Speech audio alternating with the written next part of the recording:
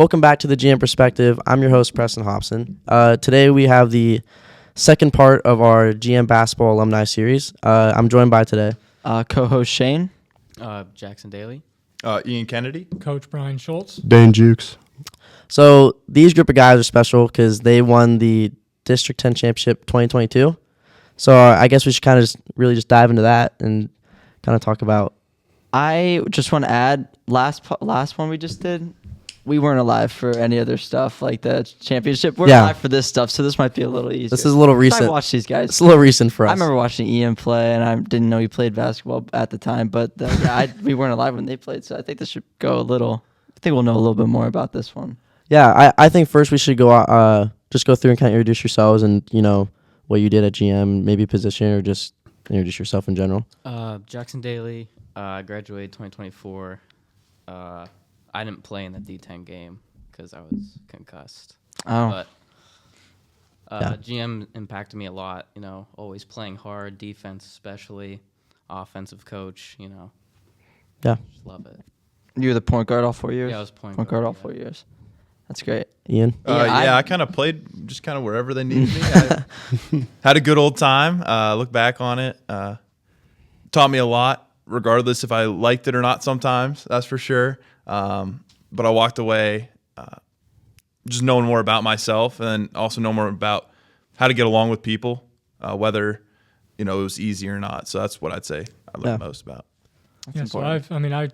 You guys were talking to the other group of kids, and I remember all of it. I'm older than a lot of those guys, so it makes me feel old. But I've coached 12 years as the head coach. I was the assistant before that. I played here before that. I don't think I've missed a Jenna McLean basketball game since 1986 when I was born. So I've kind of seen it all. We're going to talk about that championship. My family, my friends, we always kind of rank, wins in Jenna McLean history or whatever, and that one's definitely up there. So it's kind of fun to talk about. Dane? I was the paint beast.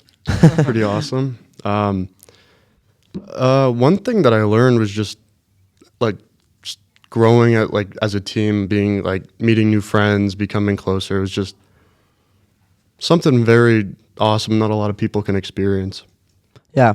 I think we should kind of dive in. I think one thing I really want to talk about is how in that D10 game, we were the underdogs, and really no one expected us to beat Prep. And I think one thing I always remember seeing is it was Brad Weber's Instagram post. And at the very end of the post, it's a screenshot of someone being like, "Oh, Brad, you're delusional if you really think you're going to go out there and beat Prep." And the next picture is him holding the trophy. And I just think it's so cool. And I just want to know how you guys felt, being the underdogs and going to that game and kind of what your mentality was. That game was definitely top 2 games I've ever watched. Top 2. What was number 1? Our game against Gerard. You remember that coach? That was down great. 20, came back and won. And that was 1. D10 is 2. But, watching my favorite play is Dane Jukes when he got an and 1 and he runs to the bench. I was going to talk about that too. There's the video that Garrett Coolidge did. And it's I think the song's "A Change Gonna Come" by, I think it's maybe Sam Cooke. And it's one of my favorite songs right now. But it's just the slow-mo of you, and everyone's pointing at you on the. That video is so cool, hands down. I'm glad you brought that up because I thought that was really cool too. That was awesome. Ian? For me, it wasn't even about the game. It was the environment. That was by far in Mercier's, probably one of the nicest gyms I ever played in. Was lucky enough to play in it, and just a packed house. That's when I remember the Erie McDowell game was prior to that, and I was like, okay, it's pretty full in here. And then our game comes up, and we were delayed, I think, for some reason. They had to get people in and out, I think. Yeah, it was. I remember prep student section was they didn't even have seats because they got there late. They had to bring out the velvet, whatever you want to call it, those pulley things. Oh yeah. And I just remember them standing there in the whole game. And yeah, to me, it wasn't even a real game. It was this is an event. Yeah. Yeah, it was just nuts to me. It was the loudest place I ever played. Most amount of people I ever saw that passionate about something that we did. Yeah. Something a bunch of high schoolers are doing. So that's why I thought it was super cool. Just to see a bunch of different communities coming together. Some people who, Nate Jones, my older brother's good friends with him. I'm friends with him now. I remember him going to the game, and I was like, man, it's cool to see other people care that much about something you put in time to, and as well as that they put in time 2 years ago. So how do you think you dealt with that pressure of like everyone's there and you're the underdogs in this game and you want to win? How what was your mentality of like, man, like how were you not like? I mean, what was your like? Were you nervous? Like how nervous were you during that game? To be honest, I can't remember. Yeah. That's a great. I don't really remember much about it other than I remember the great feeling after we won. Yeah. I remember, and this might not be good of me to say, but I remember before that game, people were asking me, do you have a chance to win? I was like, I tell you what, you flip a coin. That's what I think. I think maybe we got like 25%, but I mean, just like anything, any given Sunday, I guess for football. Yeah. I was like, I think we can win. Shoot, I remember we played them 2 other times during that year. I was like, I think we could have won those games. And I actually believe that because I do think we were the better team. And that's not sound cocky. I just thought I thought Coach Shulz, by far one of the best game planners I've ever. Like he scouted teams like no other, and we had a good objective going into each game. So that's what I credit him most with is that we had an objective and we knew what we were going to go do, and that's what we did. Yeah. What I think is interesting is we just on the other podcast we were talking about scouting and stuff, and we talked to your dad. He was like, and he said they just went into it because they didn't have the huddle and video and stuff like that. And I just think it's crazy how times change. Yeah. How they didn't know what was going on going into the game. And you talked about Nate Jones being there. We also talked about how important it is to have older players support you, and like you watch them, now they're watching you, and I feel like that's just a great motive to get you going and play your hardest game. 100%. Yeah, Coach? I think about this game a lot. I mean, obviously, it's one of my favorite moments ever. I'll tell you guys a few things that maybe you forgot or don't know. So we, like Ian said, we played them twice before. They were in our league. And I don't know if they remember, but we played at prep, and we were up at halftime. And we kind of, I think there was foul trouble, and I think we just had some uncharacteristic turnovers or whatever. And I remember telling these guys, we'll play them again, and I don't know if we'll win, but we're going to play them better next time. We played them here the second time, and we were up after 3 quarters. And then same kind of thing, fourth quarter, but they had a little more depth. So in my mind, I started thinking we had to somehow take away that advantage for them. But I promised them, I said, we play them again, we'll beat them. And I did believe that. I didn't think, I didn't think about the circumstance. I just thought if we could play that team again, I don't care who it is, what their name is, we could beat them. So we put in a 3-2 zone that week of practice, if you guys remember. And my thought was their second team couldn't shoot. And we're going to go to that when they play the second team and give their starters a break. And when their coaching staff saw us do that, they had 3 bad possessions. He never played their second string the whole second half. Their starters were tired out. Yeah. So that evened the playing field a little bit. So I firmly did think that we could be in the game. But the day of the game, I'm sitting in mentorship with Coach Stauffer and Coach Bob Stauffer. And he came in my room, and we would never tell these guys, but we had the conversation of like, it was win or go home. It was like the end of the season or you're going to win the district championship. That's some pressure. And we kind of had the conversation of what if Prep jumps out, because they're a really good team. What if they jump out by 15 or 20? Like, what do you tell the kids? And you hate to have that thought, but you also have to be prepared for that too. So we get to the game, like these guys said, it was delayed. There was, thousands of people there. Mercy's is a great place, but we walked in, and the person who's taking us to our locker room, we passed Prep's locker room, which is right there on the left at Mercyhurst. And we look in, and there's couches and a carpet and a TV set. And so I said, oh, okay. And we walked, and they took us at Mercyhurst. It's like a maze. We went all the way to the back, took 3 or 4 turns, and we're literally on the ice in the locker room. Do you guys remember that? We were in the rowing team. Yeah. The rowing team's locker room. Wow. They're like 40 degrees. 3 lockers. It is packed. We have 25 kids. We can't even move. And I remember telling the guys, that's the type of respect they have for you. They had a TV and a couch, and you guys are a mile away. So, Erie and McDowell played before us. And as a coach, I have kind of my routine, and I'm sitting in the locker room kind of nervous, but also ready, ready to tell the team, like, all the objectives that we went over, like Ian said the week before. We had a week of practice to prepare. And do you remember their double ball screen? We practiced switching on the pop, staying on the roller. Like we had them scouted. So I just wanted to go over that one more time. So we're ready. And I could tell these, especially the seniors, they were ready to play. They were geared up. You can always tell when the team's ready. And we were just about to take the floor, and someone ran in to say, "Hey, coach, the first game's in overtime." I said, "Are you kidding me? Like, we got to wait another 20 minutes." So I thought the team was ready.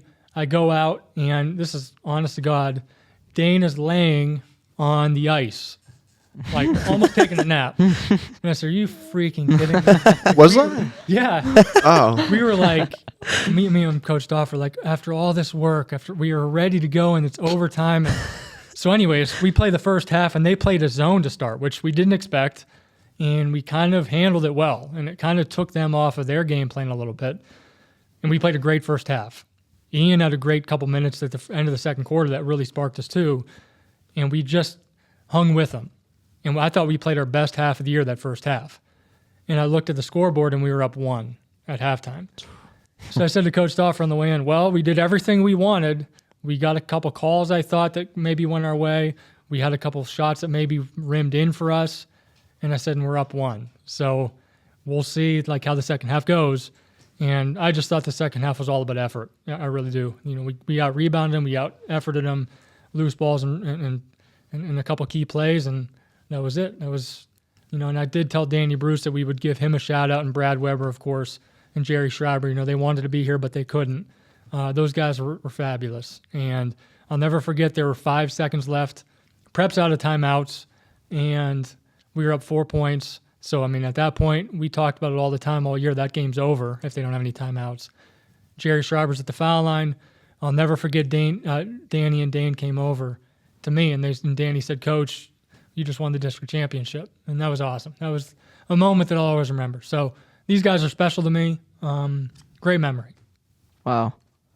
It's great to hear. Yeah, I mean, you get chills. Yeah. You do get chills when you hear about that because, you know, like I said again, it's just like, I mean, we're like, it's prep, you know, and you think about prep and you're like, oh, these are the kids that come from all the different middle schools in the area and they pay to go here and, you know, they get all this basketball experience and they play for all the good AAU teams. Then you look at, you know, General McLean and it's like, oh, you know, it's General McLean. You talk about how they gave you the locker rooms and it's like, they really had no respect. Like they thought going in this, General McLean, you know, they're going to lose by 10, 15. Yeah. It's going to be an easy game. I'm sure Prep thought the same thing too. And then we just went out. And what was what was the last 2 points? Like who scored the last points to really solidify the game? Oh, it wasn't me, was it? I think it was you. You had that rebound. The last bucket. So we were down. We were finally down. We were ahead the whole first half. They took the lead maybe midway through the fourth. We had a couple big stops, and we had the ball. I think we took a bad shot. I think Jerry took a bad shot with maybe a minute left, and they got the ball back, and they called timeout. And my whole kind of year, I remember talking to the coaches. We always talk about what do you do if you're up 2 with a minute left or down 2, or like what do you do defensively? Do you switch it up? Like we could go back to that 3-2 zone and show them that again. And I just remember me and Coach Stauffer looked at each other and we said, let's just play man. You know, we're going to stay with it. We put Brad Weber back in the game. We went back. Remember, we were sagging off the point guard. We were switching everything on the perimeter. And we got a big stop, big rebound, outlet all the way to Dane for an and one. And at that point, I mean, we were in control of the game. There was maybe 20 seconds left. So I think Dane had the last basket. Yeah, that's awesome. What's your, I mean, how do you feel about that? You had you kind of had the last basket. You solidified the game. How does that make you feel? Well, I did it before at McDowell's, so nothing new, you know. That's a good way of looking at it. What was, I mean, kind of tell us how you felt about that whole game going into it. From like the beginning of the game, I was like, just kind of like felt we were gonna win. Like usually like when we played prep earlier, I think they kind of just took like a lead from the jump, which may have been like 5-10 points, and we were playing from behind the whole time. But we were with them the whole game. It was just back and forth, kind of like McDowell. And I'm pretty sure, I don't know who it was, may have been Danny or Jer, but I was just like, we're gonna win. Like it was like probably towards the end of the second, we were just like, yeah, we're gonna win. Like I don't know, yeah. But and then like with the fans and the environment, when you're on the court, you don't really think about it. Like, it's just like tunnel vision. Yeah. And then, but yeah, that's pretty much it. I was just crazy. Yeah, Do you think? I think these kids really believed in ourselves. Like Ian was saying, you learn a lot about yourself. You know, I think the 2 weeks prior, we beat McDowell at home. We beat Meadville at Meadville. Remember, we were celebrating in the locker room. We beat Meadville at home. Then we went to McDowell. We beat Girard at Girard. Then we went to McDowell, and the place was packed. And it was their senior night, and it was probably the ugliest game I've ever coached in terms of just not a lot of pretty basketball. But, I mean, we won the last 20 seconds of the game. Dane had a basket to end it. And I just felt like this team started believing in kind of our recipe to win. And I think that last game against Prep, we just kind of put it all together, and it kind of worked out. How do you think the fact that it was like the District 10 game really impacted the whole players? And do you guys think that made you play maybe a little better, maybe try a little harder? Like, okay, like this is it. Like, it's all or nothing. Like, we really have to go out there. We have to win this game. Like, we want to prove everybody wrong. How'd that make you feel, just knowing that you got there? So I guess for me, Dane, I don't know if you remember. Oh gosh, we hadn't won a playoff game in a long time since then. And like growing up, even when I was playing for Mr. Yawn in 7th grade, Mr. Weibel in 8th, I was like winning a championship of any kind, D10 championship. Even at that, I was like, I want to win that. Yeah. Like I want to at least play in that game. So I think, I don't know, for at least me, like it's something you think about your whole life, you watch other people do, and not having that success in prior years, I think that kind of fueled us to go out there. Yeah. And, I don't know. I feel like we had something to prove. Yeah, like, we did. The year before was COVID, and it was just a really tough year. And we were in a new league with Prep McDowell Erie, and we weren't ready for that. And I think these guys in the offseason, like that's really where it started. They really put the time and effort into lifting and open gyms and, you know, kind of the routine we do, but they were really together about that. And they went to all the team camps like you guys did. And I think the offseason really prepared them for that next year too. I was wondering if it was any other circumstance, if it was not Prep in the championship, do you think that would have changed the outcome? And if anything, like same skill level, but did you just is knowing that you're playing Prep just change everything? Like, does that give you more of like a drive to just like? If you play a team that I feel like if you're expected to lose, you're not gonna play. I feel like you'd play good if you're expected to lose rather than expected to win. Yeah. Like, so I feel like if you played I don't know, Fort LaBeouf or something, or some team at the time that wasn't that good, I feel like you think that would change the mindset at all? Just like any Erie school, we always want to beat them. Yeah. Doesn't matter who, but yeah. Oh yeah. I'd say being Prep though, like for me, it personally added stuff because that's something. That's a team you always. I don't know. Gosh, I was like in 5th grade and I was like, I don't like those guys. Yeah. But I mean, since then it's been like, yeah, it means a little more in my opinion. But at the same time, I think no matter who we would have played, we would have went out and done what we could have. That's always been a thing. Like middle school, I didn't like Prep. I had no reason not to like Prep. Like I didn't know anything about Prep. I just didn't like them. I feel like that's just. So I feel like that helped you guys. I think maybe it's just because they have that. They've always had that like, oh, Prep's good. Yeah. So it's like you go out there and you're like, oh, we want to beat this team. If we beat them, everyone's gonna, we beat Prep. I want to ask too. How do you guys think, being at GM, maybe not even just basketball, but just being here in general has kind of impacted your lives outside? I know that now you're, kind of helping out with GM basketball now, and you're over playing at Edinburgh.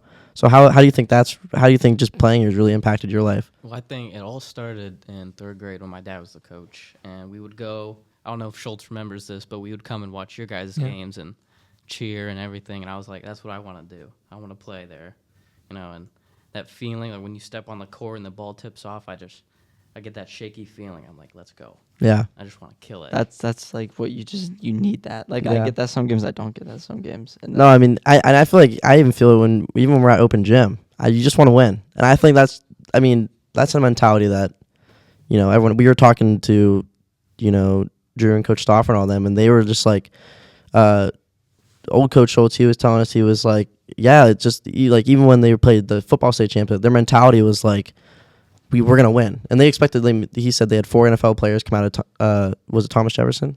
They played. They had 4 NFL players come out of Thomas Jefferson, and they were like, oh yeah, we're gonna. Everyone thought, oh, this team we're gonna lose, but Drew and Coach Stauffer like, no, we always had the mentality like we're gonna win. Like we don't. There's even no matter what people think, like we want to win this game, we're gonna win this game. I think that's definitely a big mentality. Do you think? I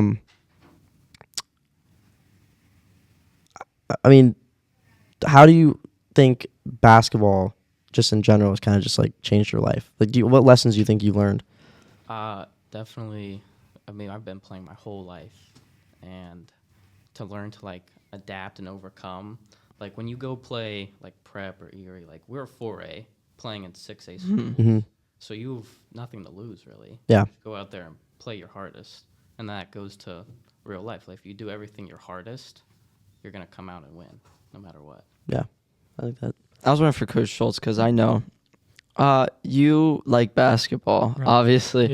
Yeah. You know, before I came into high school, my brother had you and stuff, and he was like, yeah, he was always watching basketball on his iPad and computer or whatever, and I'm like, this is like, this man really cares about basketball and like his players and everything. So this might be a big question because it's just so much, but like, how has it impacted your life? Yeah, it's everything. I mean, I don't know how smart I am, but I don't know. there's a lot of basketball that is constantly on my mind. And yeah, a lot of it is X's and O's and preparing and stuff. But even just caring about the players, you know, how are their grades, or they're going to be at open gym, or do they know that we have camp next weekend, or so like all of it. It's not just the game playing and all that. And even, I mean, these guys might not believe it, but I even think, I wonder how Dane's doing, right? I hope Ian, like I see him in town, I hope he's doing good. Or so it just constantly fills your brain, and it gives you something to live for. I often think, what would I do if I didn't do this? And I really don't know. So I'm fortunate that it's been a big part of my life. And, you know, like for me, I'm already geared up for this coming season and excited to coach you guys. And, you know, I know you guys put the effort in. So that fuels me too. To know that kids really care about it makes me care too. Yeah. What about you guys? How do you think GM basketball or just GM in general has really impacted your life? For me, I guess, I don't know. Once I got done playing, it was especially like, I realized I love basketball, but it's not my whole world. Like I didn't realize, I don't know, how much I had after. I thought, you know, at the end of basketball, you know, it's a sport. That's kind of what I learned. It's like I can still love it. I can still love to go out and play it. But for me, GM in general, that's kind of what made me want to be a teacher. That's what I'm going to school for. So the experience I had here made me want to give back, like to give kids that same experience I had, that same love of the area of Edinboro. I love it here. I think the people here are amazing. Without GM, I wouldn't be who I am today.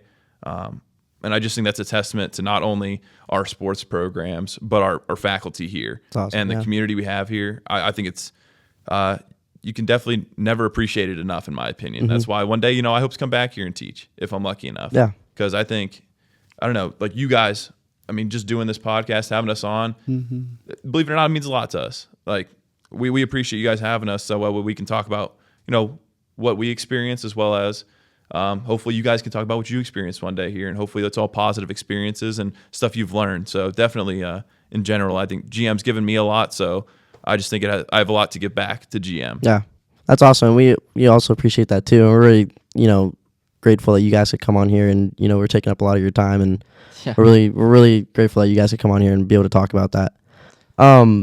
Dane, what do you have to say? Probably like just family, like over, like even in like 7th, 8th grade, like coach was always like doing stuff for us, no matter like how small and immature you are. Like there was always basketball stuff, and that just kept leading to like meeting new people like Jackson, like, you know, younger people that end up becoming friends for almost probably the rest of your life, and just continuing to grow relationships with people. It's awesome. Yeah, I mean, it was pretty cool. I can't get off my mind for some reason. When Coach said something about him laying on the floor, I cannot get Jared out of my mind. Is it just me, or is it right? No, I can see Jared doing the same thing. I can see Jared doing the same thing. I will say, Dane talked about stuff I've done for him. I'll tell you the craziest thing I did for him. And I put it on that paper. They didn't ask yet, but I'll say it. So this is his junior year. The prep game was delayed. I think it was pushed back to Saturday. We played Saturday afternoon at Prep Center. And the bus is leaving, about to leave. Dane's not there. So oh no. Are you kidding? What's going on here? Waiting. And we call his dad, and his dad says, I have no idea. I don't know where he's at. So the kids are like, I think he's at home. I mean, the last time we knew he was at home. So someone, I think, tried to call him or whatever. He didn't answer. And someone said, he's probably still in bed. So I said, okay, drive the bus to his house. No way. Drive Wow. the bus to his house. I get off the bus. I knock on the door. No one answers. I'm just like, okay, I know the Jukes. They're not going to care. I go inside. He's in bed sleeping under the covers. I pull the my covers off, gosh. get his socks and shoes, and I say, let's go. And, you know, I really do think that type of mindset, he grew a lot from stuff like that. And sometimes players needed to be motivated in different ways. And I think a lot of times kids don't realize what's best for them until after the fact. So just little things like that, I think that's really what makes a team and makes a program.